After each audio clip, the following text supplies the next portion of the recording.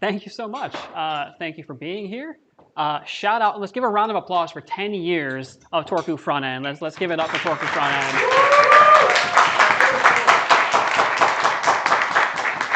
It's pretty epic to go on for 10 years.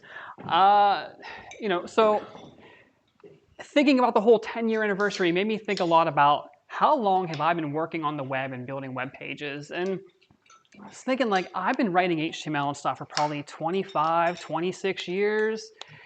And goodness, a lot of stuff has changed. Fun fact, I just did a freelance project this week where I had to do everything via FTP using FileZilla again, like it was 2014. God, I broke so many things. But, a lot of things have changed since then, and they changed for a lot of really good reasons. But classic developers, the more things we tend to fix, the more things we tend to break as well. And that's what we're going to be talking about tonight, because over the past 10 plus years, this move into highly dynamic, highly responsive web pages with like single page applications and all these front end frameworks have really created one of the most widespread and deep accessibility issues facing the web today. And that's, how do we make sure all of that live dynamic data is communicated clearly to assistive technologies like screen readers? That's what we're looking at today, and I understand this graphic might have been better suited for October, so I tried to spice it up a little bit for us. And fun fact, because this is something I enjoy doing, later on in this talk, there is a Santa hat just like this one somewhere else hidden in the slides. Be the first one to find it, shout, get my attention. Don't raise your hand quietly, get my attention, shouting. First person to do that wins a small little prize tonight. Christmas spirit, right? So if we understand the rules, my name is Daniel Yuschick. Show of hands, who was here December last year? Awesome. Damn, okay. You might remember that last year at this event, I announced I literally just accepted at the train station an offer to work at Posty as the lead design systems developer. Classic developer, this is the last talk I'll be doing as the lead design systems developer at Posty. So next month I will start at OP, leading their design system as well. So RIP Posty on this slide. So as a lead design systems dev, I'm working with accessibility every day. I'm advocating for it. I'm upskilling across teams. So the stuff we're looking at today is stuff that I work with every day. And specifically, we're going to be looking at live regions, ARIA live regions. How do we actually communicate live dynamic data on the page in a way that allows assistive technologies to understand and communicate that information as well? Once we explore what they are, we're going to dig into a bit about what problems are they solving. Why do live regions exist? And once we understand the problem we're solving, we'll more easily be able to understand how to create the live regions and how and where to use them best. So that's what we're going to be looking at tonight. And we're going to jump right into it, but I try taking a little bit of a different approach on this talk. I'm not the only speaker here tonight. I have a little co-speaker, and they're going to introduce themselves through the beautiful art of AI, and they're going to host this talk with me and communicate their experience. Because what we're going to be doing tonight is following a zombie as they try to order brains online. But it's quite difficult, as we'll come to find out. So I'll take a little step back here and let our main character introduce themselves. Hello, everybody. I'm Romero. Well, good to see you again, Romero. It's, I guess, been a month or so. Romero and I, we go way back. We've been doing this for a while now. But everyone here, you're new. Maybe, Romero, you could tell everyone a little bit about yourself. Like, maybe how long have you been a zombie? You see, I haven't been a zombie for long. But I've heard the undead had to do terrible things in the old days to find brains. But now, with the internet, it's easier. That's great. But if we think about it, that's been the promise of the internet this whole time. To make things easier, better, faster, to make modern life livable. So it's great to know that even in the unlife that Romero has here, the internet is still able to meet their needs and make their life easier, right? At least it's supposed to be. Oh, Sometimes it's really hard to use and to find what I need with my screen reader. and this boils down to the problem we're looking at tonight. The web is so dynamic. If we think about all the toast messages and notifications and cookie consent banners and all these notifications and things popping out from side to side and all the little things you have to click on, there's so much stuff happening on the page and you never have to reload anymore. So how do we actually communicate that stuff? Because if you look in the view source like you had to way back in the day, you just see a div with ID of root and then everything else is just kind of hidden. So how do we make sure that even Romero can experience the web in the way that we likely do as well? But Romero, we are in a room full of devs. Could you maybe phrase your problem in a way that they're a little bit more familiar with? Maybe speak their language a little bit. So, as one of the undead, I want to order brains online so I can sustain myself. So if there's any PMs in the room, we have our user story. There you go. But I think it's a really valid user story. As one of the undead, I want to order brains online so I can sustain myself. And that's what we're looking at tonight. That's the journey we're going to take. And first, we have to understand the product we're going to be using, the website we're going to be visiting, which is called Grim and Grace. You can think of it as like a high-end lifestyle e-commerce page for the undead. You have all kinds of delicacies like zombeavers, zomburgers, zombeetles, zombats, any zom pun you can think of, they got it. But what we're doing here is we're going through and we're trying to add the zombeaver to our cart, and we get a nice little error toast message. Sorry, couldn't do it. Maybe it's sold out. High demand. So we go to add the zombie brain to our cart, and we get success, right? Item was added to your cart successfully. So we can understand this flow, but if we strap on now our zombie vision goggles and we try to experience this exact same flow, but from the perspective of Romero, let's see how this works for her. In code pen demo main high class zombie dinner party image heading level 2 delicacies article a zombiver delicacy image link add zombiver to cart article a mature zombie brain delicacy image link add brain mature to cart. Now, from the previous demo, which I'll refer to as the cited demos, we understand that we're supposed to see an error message and we're supposed to see a success message. But Romero can't see the screen the same way that we might be able to. As you see, we don't see those toast messages. We're not able to understand that they're there. And we're not communicating that an error happened. We're not indicating that success happened.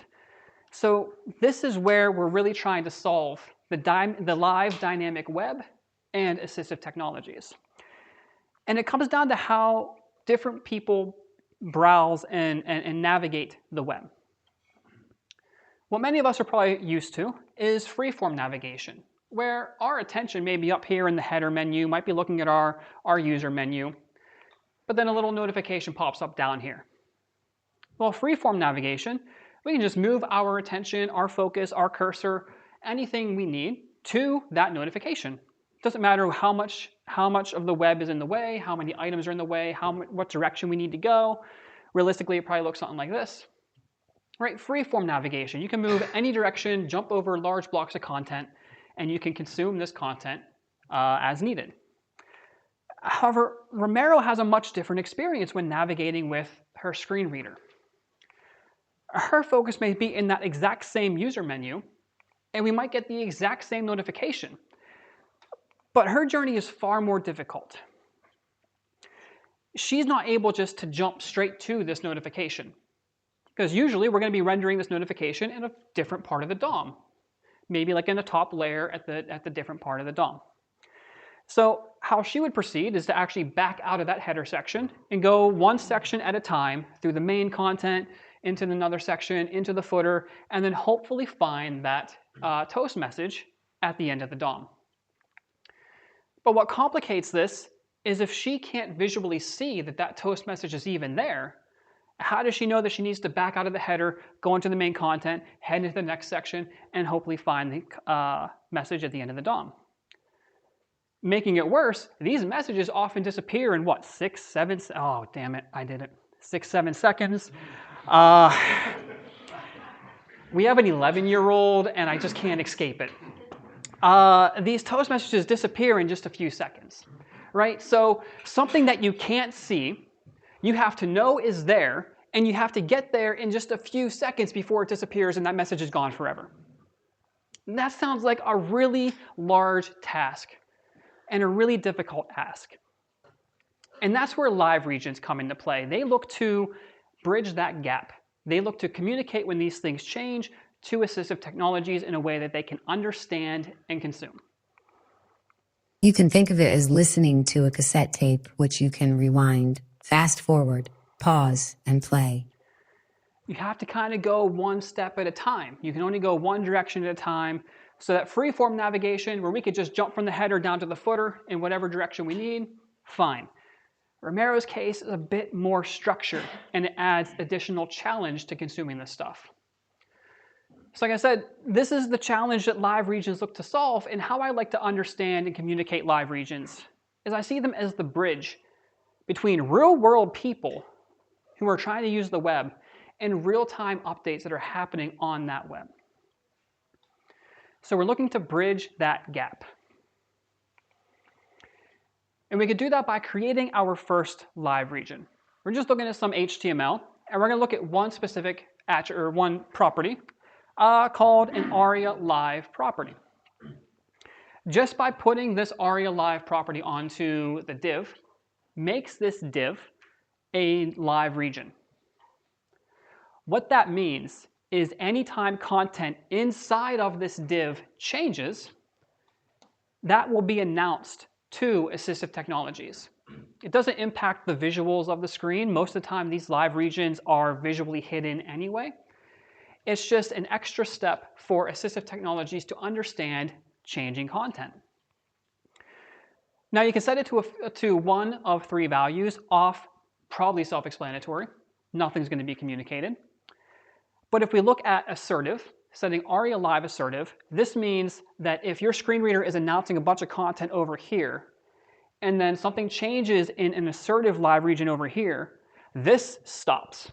This will take priority. It's assertive. It takes priority. It will be communicated no matter what's currently ongoing. Polite is the other way. If you're reading something over here and a polite change happens over here, it'll wait until this section's done before communicating this change. It takes a lower priority. So we have ARIA live assertive and ARIA live polite. And we can map these to our toast messages and say, let's make the ARIA live assertive. Let's use that for our error message, because if something goes wrong, we should probably communicate that right away. That should take priority. Meanwhile, we can use ARIA live polite for the success messages. Because success, all good, probably not super urgent that you need to know that. You can know that in good old time. Now, we can put these 2 ARIA live regions into that exact same demo that we just saw, put them side by side, and we'll see that we've created feature parity between the cited demo and Romero's experience. In Code Pen Demo. Main. High-class zombie dinner party. Image. Heading level 2. Delicacies. Article. A zombiver delicacy. Image. Link. Add zombiver to cart. We were unable to add the item to your cart. Please try again. Article. A mature zombie brain delicacy. Image. Link. Add brain mature to cart. Your item was added to the cart. So one HTML property has allowed us to achieve feature parity for people navigating visually with a mouse, and for Romero, navigating programmatically with a screen reader. And you can do a lot of stuff with these live regions. You can customize them in quite a few ways. You have the ARIA atomic property, and this lets the assistive technology understand what type of content should be announced. This is just a Boolean true or false. And whenever it is set to false, which is the default, only the content that changes within the region will be announced. So if you have a live region that's just says now playing and has a song title, If that song title changes, only that will be announced if aria atomic is false. If you set aria atomic to true, that same now playing and the song changes, it will now read the entire live region and say now playing this song. So aria atomic gives you flexibility over how much of the region is communicated. Aria busy is probably one that a lot of us have seen. I tend to see it a lot on buttons to indicate loading states. Meh. But this tells assistive technologies, whether true or false, whether or not it should wait before communicating the changes within this container. It lets the technologies know something's ongoing, wait before announcing anything in here. So it's just a way to kind of delay the announcement of any content within the region. And then we have aria relevant. This one is a little bit more complicated, I think, but we can specify what type of changes into the live region are announced. Whenever we're adding things or whenever we're removing things, should it only be text updates or whatever. But generally, you're really only going to be focusing on these two things. I think I saw you first, man. Round of applause. Round of applause. Candy canes. Well done, man. Very astute observation. I like it. So for aria relevant, we're really only focusing on additions in text. That's the most common use case that we're going to see. So by using aria atomic, aria busy, and aria relevant, we're really able to kind of customize how our live regions work and get pretty granular with the functionality. But with everything on the web, everything's done with caution. These properties can be so useful, but their support is inconsistent. It's probably best to avoid them for now.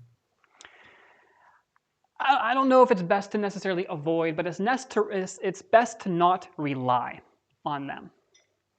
If you're going to try and use these customization properties, make sure you have valid, pretty robust testing solutions, because how aria relevant may work in Safari with VoiceOver is going to be different than how it works with JAWS in IE or Edge or something like that. Like the combinations are very, very wide, so you have to make sure you have proper testing and deep testing before you can really fully rely on these properties.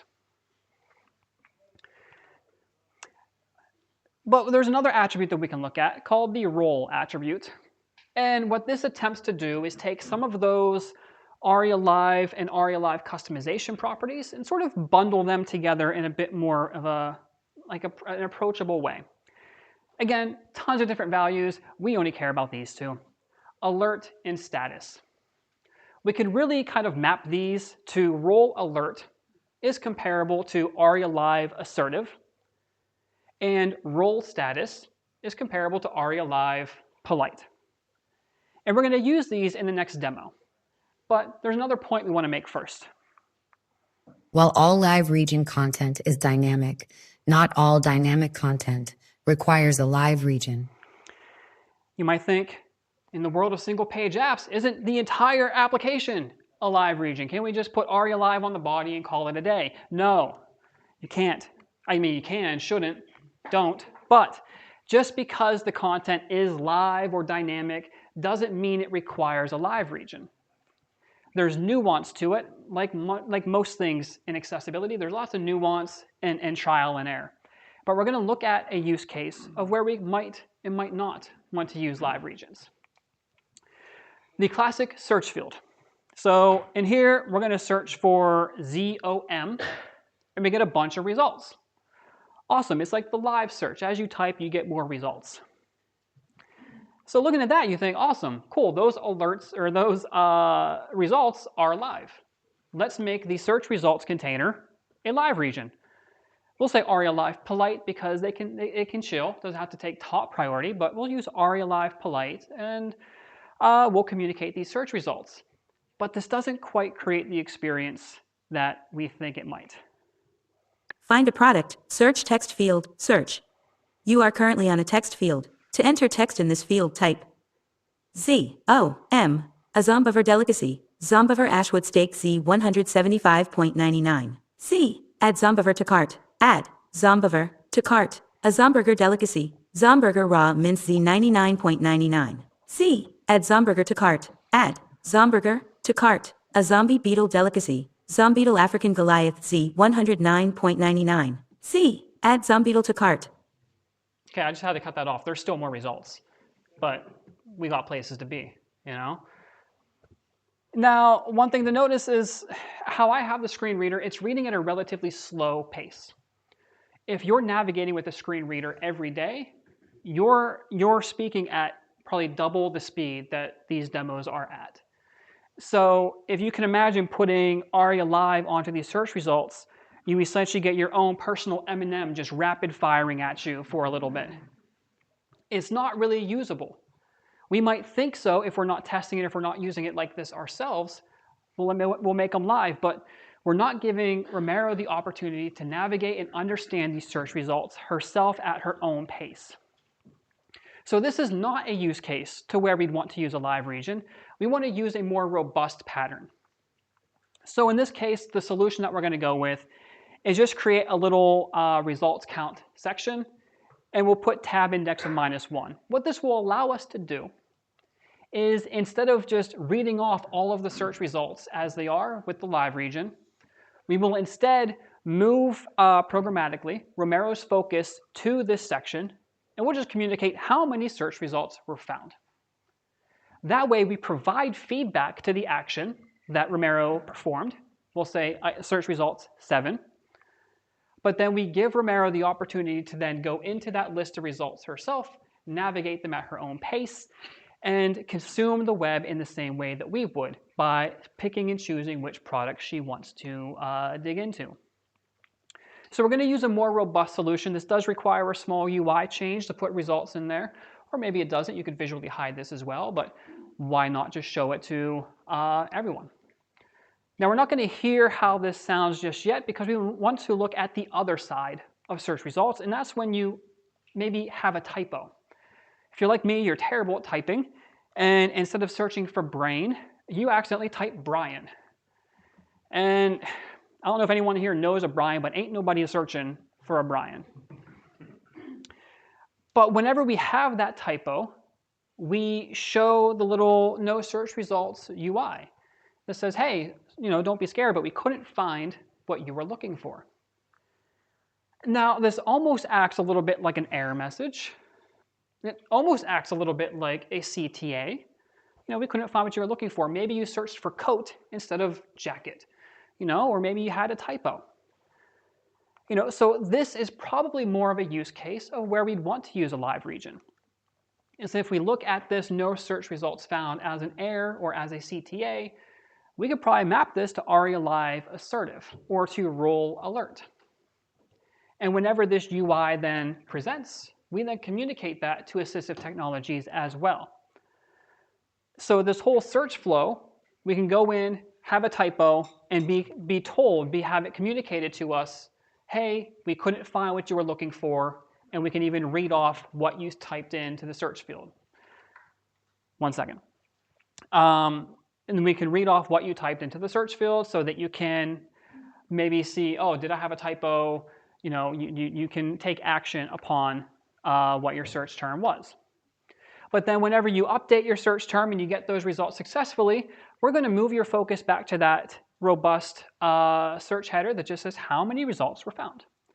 And when we put all those pieces together, we can have one full search flow for Romero that communicates clearly and in a robust way. Find a product, search text field, search. You are currently on a text field. To enter text in this field, type B-R-I-A-N. Don't be scared, but we couldn't find what you're looking for. Brian. You are currently on a text field. B-R-A-I-N.